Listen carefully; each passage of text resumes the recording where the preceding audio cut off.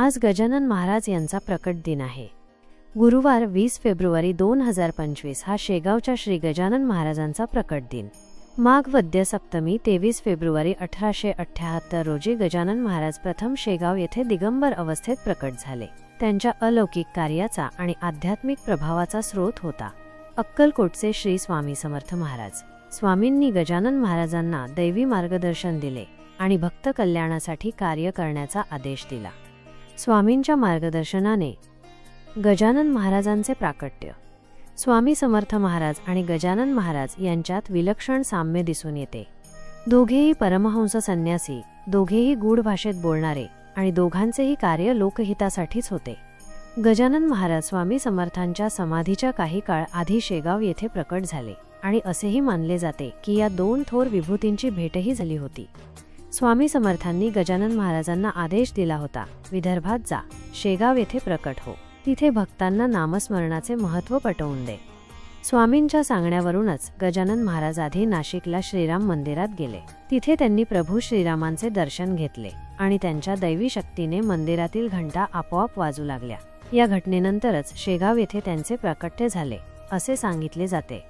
स्वामी समर्थांचे आणि गजानन महाराजांचे अभंग आश्वासन। स्वामी समर्थ म्हणायचे, भिऊ नकोस, मी तुझ्या पाठीशी आहे। तसेच गजानन महाराज भक्तांना सांगत, मी गेलो असे मानू नका, भक्तीत अंतर करू नका, मी आहे येथेच। या दोन्ही थोर संतांच्या वचनांमधून स्पष्ट होते की ते केवळ शरीराने अदृश्य झाले असले तरी आजही भक्तांच्या रक्षणासाठी आहेत। गजानन महाराजांच्या कार्याचा विस्तार। गजानन महाराजांचे कार्य केवळ शेगाव पुरते मर्यादित नव्हते। त्यांच्या जीवनकाळात आणि समाधीनंतरही त्यांचे आशीर्वाद अनेक भक्तांना लाभले। त्यांच्या कृपेने अनेकांचे संकटे दूर झाली।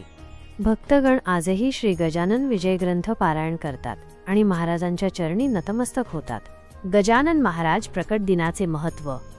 गुरुवार हा दिवस आध्यात्मिकदृष्ट्या अत्यंत पवित्र मानला जातो। विशेषतः गजानन महाराज आणि स्वामी समर्थ महाराज यांची आराधना, नामस्मरण, जपमंत्र आणि सेवा यामुळे भक्तांना अनंत पुण्यफल मिळते। शेगाव येथे या दिवशी हजारो भक्त महाराजांच्या चरणी आपली भक्ती अर्पण करण्यासाठी एकवटतात। गजानन महाराज आणि स्वामी समर्थांच्या चरणी वंदन। आजच्या दिवशी आपणही गजानन महाराजांचे मनोभावे स्मरण करूया आणि त्यांचे आशीर्वाद मागू। श्री गजानन जय गजानन। गण गण गणात बोते, अवधूत चिंतन श्री गुरुदेव दत्त, श्री स्वामी समर्थ। गजानन महाराज आणि स्वामी समर्थ महाराज यांचे हे अलौकिक कार्य अनंत काळापर्यंत भक्तांना दिशा देत राहो, हीच स्वामींच्या चरणी प्रार्थना। श्री स्वामी समर्थ। माझ्या प्रेमळ भक्तांनो, स्वामींसाठी एक लाईक आणि सबस्क्राईब नक्की करा।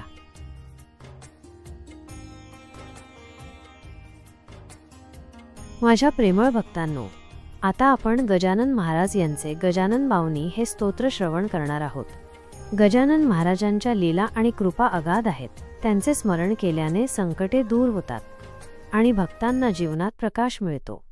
गजानन बावनी हे स्तोत्र भक्तांसाठी एक अमोघ साधन आहे, जे नियमित पठणाने अपार फलदायी ठरते। हे स्तोत्र केवळ स्तुती नसून भक्तीचा एक मार्ग आहे, जो जीवनात सकारात्मक ऊर्जा आणि संतोष निर्माण करतो।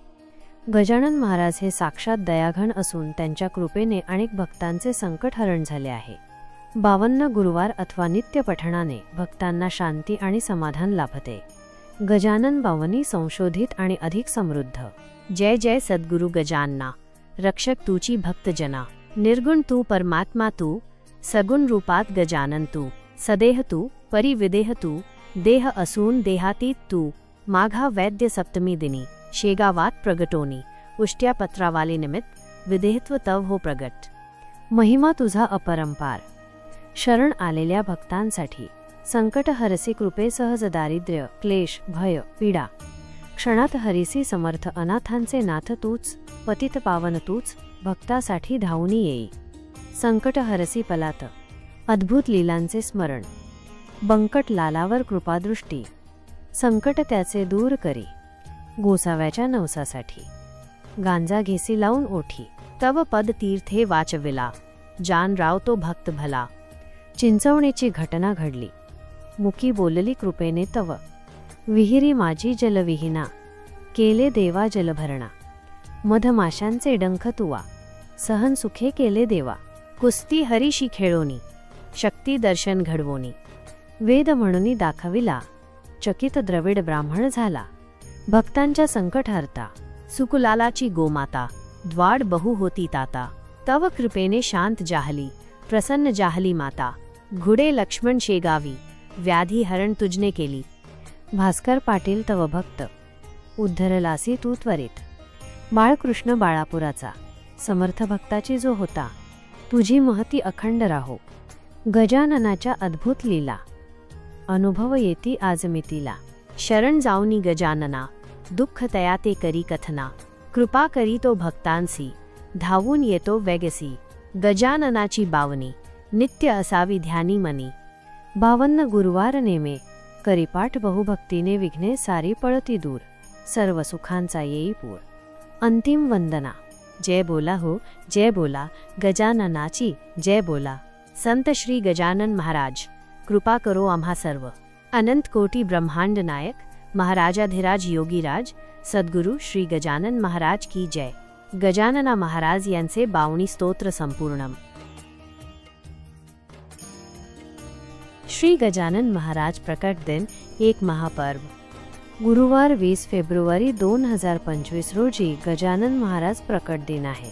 हा दिवस अत्यंत महत्त्वाचा आहे, कारण याच दिवशी माघ वद्य सप्तमी म्हणजे 23 फेब्रुवारी 1878 रोजी बुलडाणा येथील शेगाव येथे गजानन महाराज दिगंबर अवस्थेत लोकांच्या दृष्टीस पडले.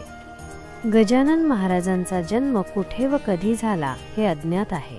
ते एक रहस्यमय व्यक्तिमत्व होते, परंतु त्यांच्या कार्यामुळे आणि चमत्कारांमुळे ते आजही लाखो लोकांच्या मनात घर करून आहेत. गजानन महाराजांचे महत्त्व.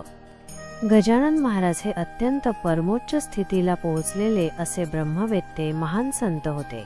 त्यांचे जीवन एक मोठे गूढच होते. दिगंबर वृत्तीच्या या अवलिया गजाननांनी विविध चमत्कार करून अनेकांना साक्षात्कार घडविला. गजानन महाराजांनी लोकांना भक्तिमार्गाचे महत्त्व पटवून सांगितले. ते सिद्धयोगी पुरुष होते. अद्वैत ब्रह्माचा सिद्धांत महाराजांच्या गण गण गणात बोते या सिद्ध मंत्रात व्यक्त झाला आहे. स्वामी समर्थ महाराजांच्या या दैवी शिष्याने अनेक भाविकांना सन्मार्ग दाखवला. गजानन 52 स्तोत्र. एक प्रभावी उपाय. गजानन महाराजांसंदर्भात अनेक स्तोत्रे, मंत्र, श्लोक आहेत, परंतु गजानन 52 हे स्तोत्र विशेष प्रभावी मानले जाते. या स्तोत्रात महाराजांच्या विविध लीलांचे वर्णन आहे, तसेच ते कसे आचरावे आणि त्याची फलश्रुती काय याबाबत मार्गदर्शन दिलेले आहे. गजानन 52चे फायदे. नित्य पठण किंवा श्रवण केल्याने सर्व विघ्ने दूर होतात, सुख समृद्धीचा लाभ होतो, चिंता दूर होतात आणि संकटातून मार्ग मिळतो. मनोभावे पठण केल्यास इच्छित फलप्राप्ती होते. गजानन 52चे पठण कसे करावे. गजानन 52 नित्य ध्यानी मनी ठेवावी. 52 गुरुवार या गजानन 52चे मनोभावे संकल्पयुक्ताने पठण किंवा श्रवण केल्यास सारी विघ्ने दूर होतील, सुख समृद्धीचा लाभ घेता येईल, सगळ्या चिंता दूर होतील, संकटातून तरुण जाता येईल. परंतु यासोबत सदाचाराचा अंगीकार करायला हवे असे सांगितले जाते.